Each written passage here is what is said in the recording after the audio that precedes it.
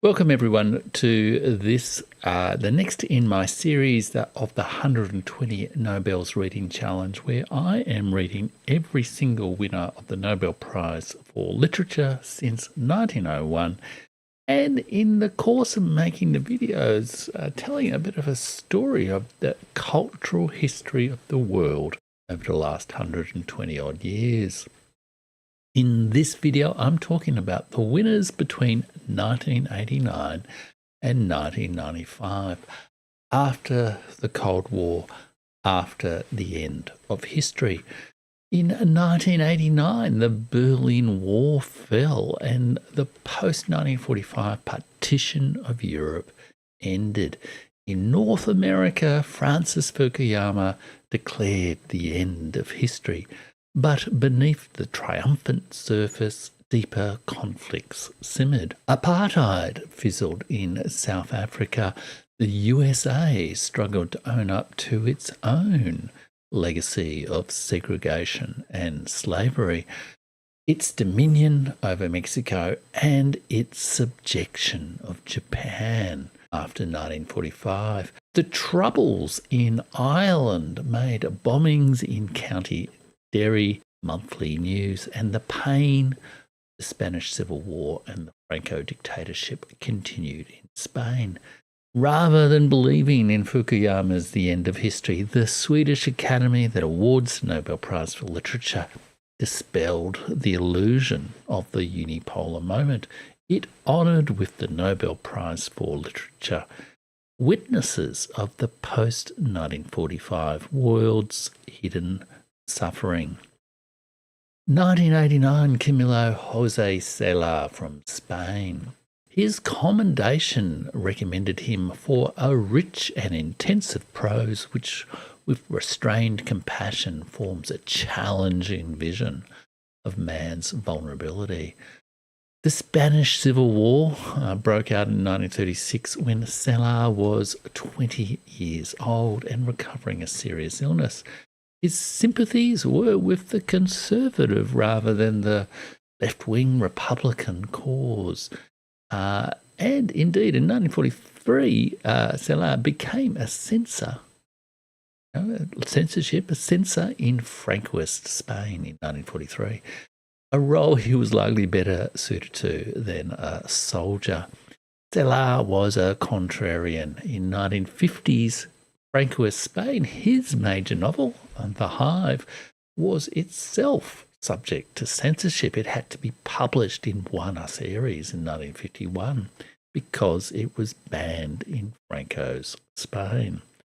Why? Cela's work was experimental. It had erotic and immoral content, and it wrestled, as the Nobel Prize said, with dark, challenging visions of human vulnerability. Cela turned the wounds of Spanish society that endured civil war, dictatorship and political polarization into experimental late modernist fiction. The Hive, which is here, this book here, is set over the course of a few days in the Madrid of 1943, not long after the end of the Spanish Civil War, when the censorship regime that Cela participated in was at its most intense. The book has more than 300 characters, and it portrays a society wounded by history which, contrary to Francis Fukuyama, never ended in Spain. He brilliantly conveys the psychological insights into many of the people enduring life in the wake of the Spanish Civil War. In this passage, he is voicing the thoughts of a policeman. If I just obey orders, he said to himself, then they'll never need to speak to me about anything else. And that's how it is. The boss is the boss. That's why he got stripes and stars and I don't. He was a good conformist and didn't want any trouble. As long as they give me a hot meal every day, and I don't need to do anything else apart from marching along after the bootleggers. His style is often sarcastic, often grotesque form of realism. He creates voices of strangers who set out to shock comforting opinions. And indeed, Cela himself did that in a number of notorious ways. It was, however, a common mode in European literature after 1945. I also read a later work by Cela, Mazurka for Two Men, from 1983, or at least the translation was 1983, after the end of the Franco dictatorship. The novel is also a story of the Spanish Civil War and a symbol of its tragic divisions. He's well worth a read, Cela, so do check him out. 1990, Octavio Paz from Mexico. Well, he was a Mexican poet and diplomat, and there is an extraordinarily high incidence of diplomats in the Nobel Prize, as I have discovered reading every single one of the Nobel Prizes for literature since 1901. It perhaps reinforces the idea that the Nobel Prize was, for Sweden, a form of exercising soft power in the world. But Paz's family fought in and supported Diaz and then Zapata and the Zapatista movement before and during the Mexican Revolution, which began in 1910. The revolution ruined the family and forced them to flee to Los Angeles. And Paz referred to this experience in his semi-autobiographical writing. He referred to 3 exclusions he felt: the family's exclusion and exile from Mexico, the contempt of white Anglo-Saxon Protestant America for Latinos in the 1920s and 1930s, and then on his return to Mexico, a sense of exclusion by his fellow Mexicans because aspects of his physical appearance made them think he was not a true Mexican. These exclusions shaped Paz's outlook profoundly.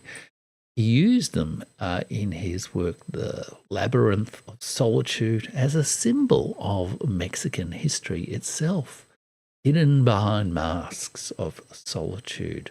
He argued in that book that due to their history, Mexican identity lost between pre-Columbian and Spanish culture and able to embrace neither, and I guess also struggling with the dominant cultural power to its north. Paz, in a way, is another example of the writer is stranger, so common a theme in the 20th century.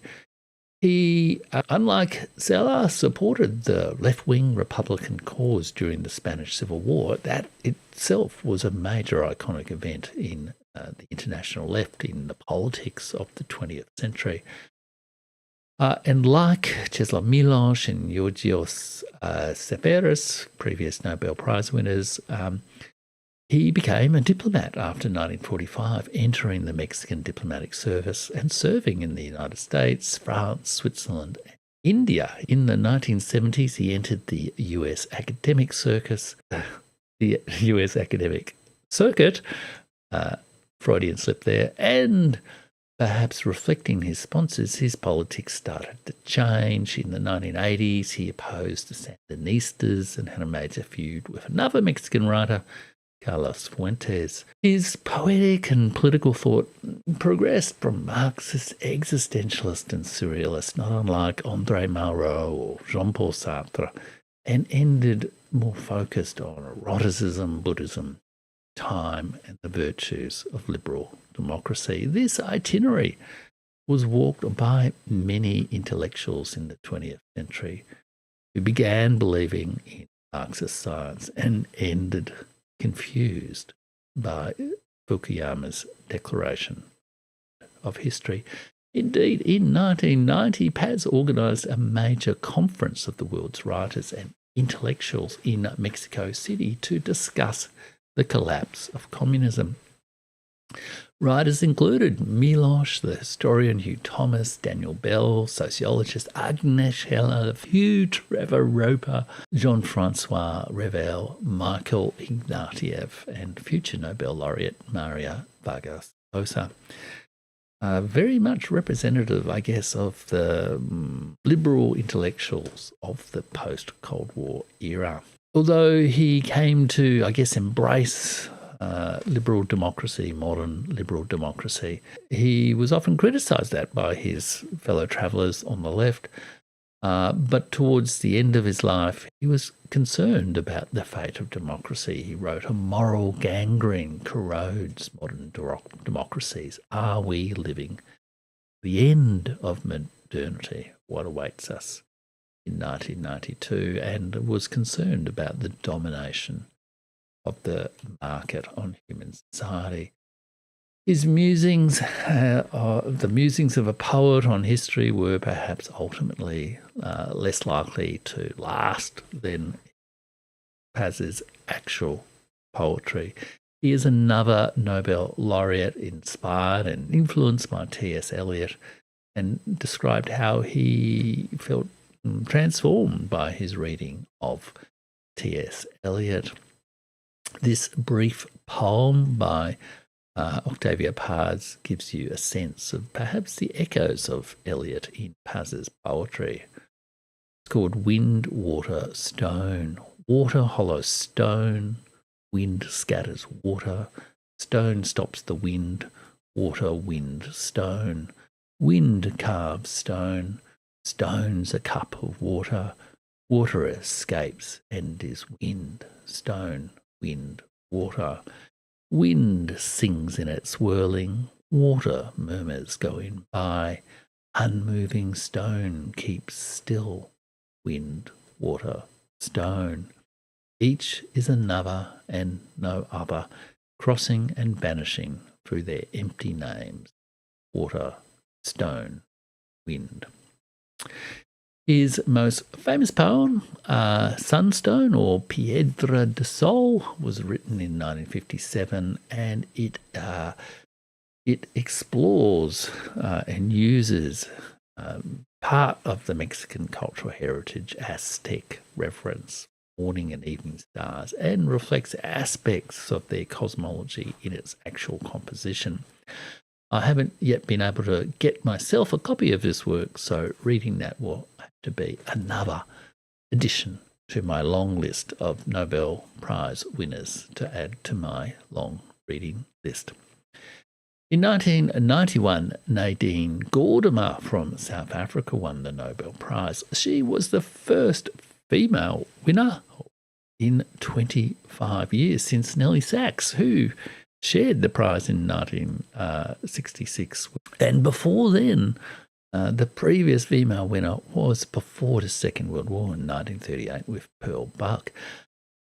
So the 1970s and 1980s were really not the high tide of feminism at the Swedish Academy, but Gordimer's victory seems to break the tide and lead to a new era where women are better represented amongst the Nobel Prize for Literature. Her key novels were The Conservationist, July's People, and Burger's Daughter. Burger's Daughter was banned for a time in South Africa, and come back to that later. Gordimer was, in a way, a white privileged woman in apartheid South Africa. She came from an immigrant Jewish family. Father was Lithuanian Jew and her mother a British Jew, but she grew up in a secular household. South Africa was formed by British, Dutch, Indian and multinational migration and built on the system of racial segregation known as apartheid, reflecting past colonial rule of Africa. But actually, apartheid as a system was only introduced in 1948 as part of the new liberal rules-based post-democratic 1945 world. It was a defensive response to decolonisation and represented the fear of the white minority in South Africa, from which Gordimer came, that they would need to flee just as India had gained its independence in 1947. Gordimer, however, fully supported the anti-apartheid cause and indeed the African National Congress.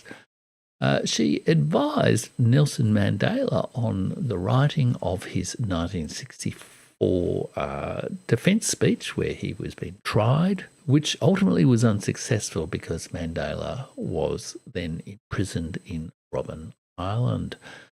By the 1980s, Mandela was still in prison and the apartheid regime was on its last leg. The UN, the USSR, the ANC and the left across the world had opposed it. There were sporting bans and sanctions, but the USA and some of its allies supported the apartheid regime during the Cold War as a counter to communism and decolonisation. In 1986, with Gorbachev defusing the Cold War, the USA finally declared an anti-apartheid act. Multinational companies left. The South African economy was in trouble. And then in 1990, F.W. de Klerk, then president of South Africa, finally released Mandela. He walked out of prison after 27 years on February 11, 1990. 4 years later, Mandela was elected president. Nadine Gordimer's prize may be seen both as a victory for women but also as a celebration of Mandela's freedom and another plea to end the post-colonial regime of apartheid. Her own life of activism was intertwined with this story. Activism occurred across race, gender and humanitarian issues. Gordimer's literary work dealt with the moral and psychological tensions of her racially divided home country. It also explored gender issues, experience of immigrant Jewish identity. For example, the banned 1979 novel Berger's Daughter focuses on Rosa Berger, the child of two communist anti-apartheid revolutionaries, who becomes a political activist herself. It was written after the 1976 Soweto uprising, and Gordimer described it as a coded homage to the lawyer who defended Nelson Mandela. I read some of her late essays and lectures reflecting on post-apartheid South Africa. In Writing and Being, some of her lectures in the 1990s in USA, she reflected on the tainted sense of home she, alongside many 20th century writers, felt because they had mixed feelings about loyalty to a nation that was an imperfect political regime. She saw fiction as a way of securing another world for writers displaced from their home. And in doing so, she was sort of reasserting the moral authority of the author, which had come under attack for decades by French post-structuralism and modern literary theories. She wanted to reassert the creative authority of the writer. But in these essays, Gordimer herself frames her work and identity very much against decolonisation and the anti-apartheid movement. The resolution of these issues had finally set her liberal mind at ease and brought some end, at least for her history. She wrote, more than 300 years of the colonisation of modern times, as distinct from the colonisation of antiquity, have come to an end. This is the positive achievement of our 20th century, in which so much has been negative, so much suffering and destruction has taken place. Surely the grand finale of the age of colonisation took place in the 3 years 1991 to 1994, when South Africa emerged amazingly, a great spectacle of human liberation from double colonisation. She wrote how she entered the commonality of her country through writing. I am a small matter, But for myself, there is something immediate, extraordinary, of strong personal meaning. That other world that was the world is no longer the world. My country is the world whole, a synthesis. I am no longer a colonial. I may now speak of my people. There is a sense of guilt, maybe, as well as pride for the accomplishment of the end of apartheid, but a sense of guilt for her privilege and a yearning for absolution that suffuses these lectures. Amid today talk of decolonisation 2.0 in Africa, it's hard to share Gordimer's confidence that history had come to a happy, liberal, post-colonial end. 1992, Derek Walcott, St. Lucia. He is part of Caribbean literature that includes Nobel Prize winners like V.S. Naipaul. The French diplomat, Saint-Jean-Pius, who was actually born in Guadeloupe, the Caribbean. Walcott's literature explores the many multipolar roots, European, African, and American, and the many multipolar ancestries that came together in the Caribbean.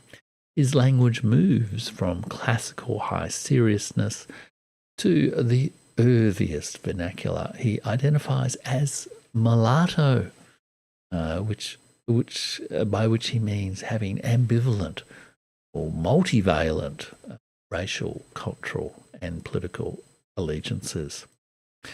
And this term, this sense of being a hybrid, permeates his aesthetics, permeates his poetry, his plays, writing. Some criticised him for mimicking the masters of Western literature, but he established an extraordinary, rich voice that made him the preeminent poet and dramatist of the world. He had neoclassical, almost neo-traditional diction forms in his poetry, while also using the sort of speech of the vernacular speech of the Caribbean. In a way, he was like a colonial subject, mastering better than his oppressors their traditions rather than breaking them. He used, for example, a lot of iambic pentameter, Shakespeare's most common poetic mode, and his poem Omeros is an epic poem that reimagines the Trojan War as a Caribbean fisherman's fight. It's largely considered his major achievement. This brief poem, for, The Map of the New World, gives you a sense of his style. At the end of this sentence, rain will begin. At the rain's edge, a sail. Slowly the sail will lose sight of islands. Into a mist will go the belief in harbours of an entire race. The 10 years' war is finished. Helen's hair a grey cloud. Troy a white ash pit by the drizzling sea. The drizzle tightens like the strings of a harp. A man with clouded eyes picks up the rain and plucks the first line of the Odyssey. Like Paz, in the 1980s, he left the West Indies to enter the prestigious academic teaching circuit of the United States. But he also wrote about the destruction of local culture by Americanization, the Crusaders of the end of history. He knew in his mulatto soul that the end of history was never possible. 1993, Toni Morrison from the United States. Toni Morrison grew up in Ohio, then studied literature in the golden years of the 1950s post-war US university. She taught literature at Cornell and Harvard University before becoming the first black female editor in fiction at Random House in the late 1960s. as race riots broke out across America to bring down the final features of US racial segregation. She then went on to her own creative fiction career, writing a first novel in 1970 and winning prizes for Song of Solomon in 1977 and Beloved in 1977. She became a USA cultural icon as well as the 1993 Nobel laureate. In 2012, President Barack Obama presented her with the Presidential Medal of Freedom. In 2020, she was inducted into the USA's National Women's Hall of Fame. Her role as an editor was also important in a more open media world today. The decisive role of gatekeeper literary editors in enabling what is or isn't published, in enabling what does or doesn't succeed in the culture, can be forgotten. It was especially important in the years before, I guess, the internet. But Morrison played a particularly important role in helping Black African-American identities to flower and assert themselves in the early 1970s. By bringing Black literature into the mainstream, she edited contemporary African authors such as Wole Soyinka, another winner of the Nobel Prize, and she published the 1975 autobiography of Muhammad Ali, The Greatest, My Own Story, as well as historical anthologies of Black life in the USA. Her famed best-selling novel, Beloved, sprang from her editing experience. Morrison had found the story of an enslaved African-American woman, Margaret Garner, when compiling one of her anthologies. Garner escaped slavery but was pursued by slave hunters. Facing a return to slavery, Garner killed her 2-year-old daughter but was captured before she could kill herself. Morrison's novel imagines the dead baby returning, ghost, Beloved, to haunt her mother and family. It was hugely successful with critics, the market, and clearly with the Swedish Academy. And her prize came amidst her extension of the story into a trilogy. But I've not read the book or the trilogy, although she is a much, much loved writer. I did borrow this book from the local library, Recitative, and it turned out it was the one and only short story Toni Morrison ever wrote. It has an introduction by Zadie Smith. There you go. The introduction is more than half of the book. I read it and it was okay, but it showed her wonderful skill of a fiction author, voicing and showing, not telling, the emotional experience of the author. But I've never quite really been able to get into Toni Morrison, so I hope Morrison lovers can forgive me for not sharing your passion. I can certainly see her strengths, but I have found in going through the Nobel Literature Prize that I've found most inspiration from the ones outside of US culture, given that culture so dominates our culture here in Australia. 1994, Kenzaburō Ōe from Japan. American domination of a culture in the post-imperial 1945 world is a theme in the work of the 1944 winner Kenzaburō Ōe. I have a quote here from his book Hiroshima Notes, notes on that astonishing act that the US government and many Americans today remain unrepentant for. It seems to chime in with many feelings people today have about elites. He writes in Hiroshima Notes, understanding comes hard to persons of high rank who are accustomed to phony lifestyles that involve no daily work.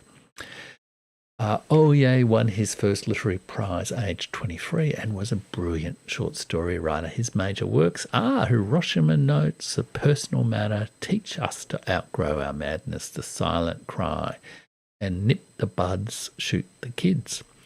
I read A Quiet Life, which is a collection of stories, and the titles of the stories give you a feel for their emotional tone. A Quiet Life, Abandoned Children of This Planet, The Guide, Stalker, I think reference to the film, the Tarkovsky film Stalker, and A Robot's Nightmare. In A Robot's Nightmare, a character says this: "My thoroughly ordinary head thinks that so long as you refrain from privileging yourself in any manner and live as a nobody, you'll have a certain amount of leeway." It seemed a metaphor or a theme of coping with mass commercial society, in which, despite consumerism, the individual is made small by abundance and the system. Perhaps it was also especially an exploration of that experience of post-war Japan, stripped of its national dignity or traditions of triumphalism and turned into islands for American military bases, GI rapes, and exoticized pop culture theme parks. Was I imagining it? Ōe had long protested against the nuclear and military shadow of freedom that the USA threw over Japan. In 1959 and 1960, Ōe participated in the ANPO protests against the US-Japan Security Treaty that allowed the United States to maintain military bases in Japan. Ōe himself described the fiction he wrote in this time as incorporating sexual metaphors for the occupation of Japan. He said the common theme was the relationship of a foreigner as the big power, Z, a Japanese who was more or less placed in a humiliating position, X, and sandwiched between the two, the third party, Y, sometimes a prostitute who caters only to foreigners, or an interpreter.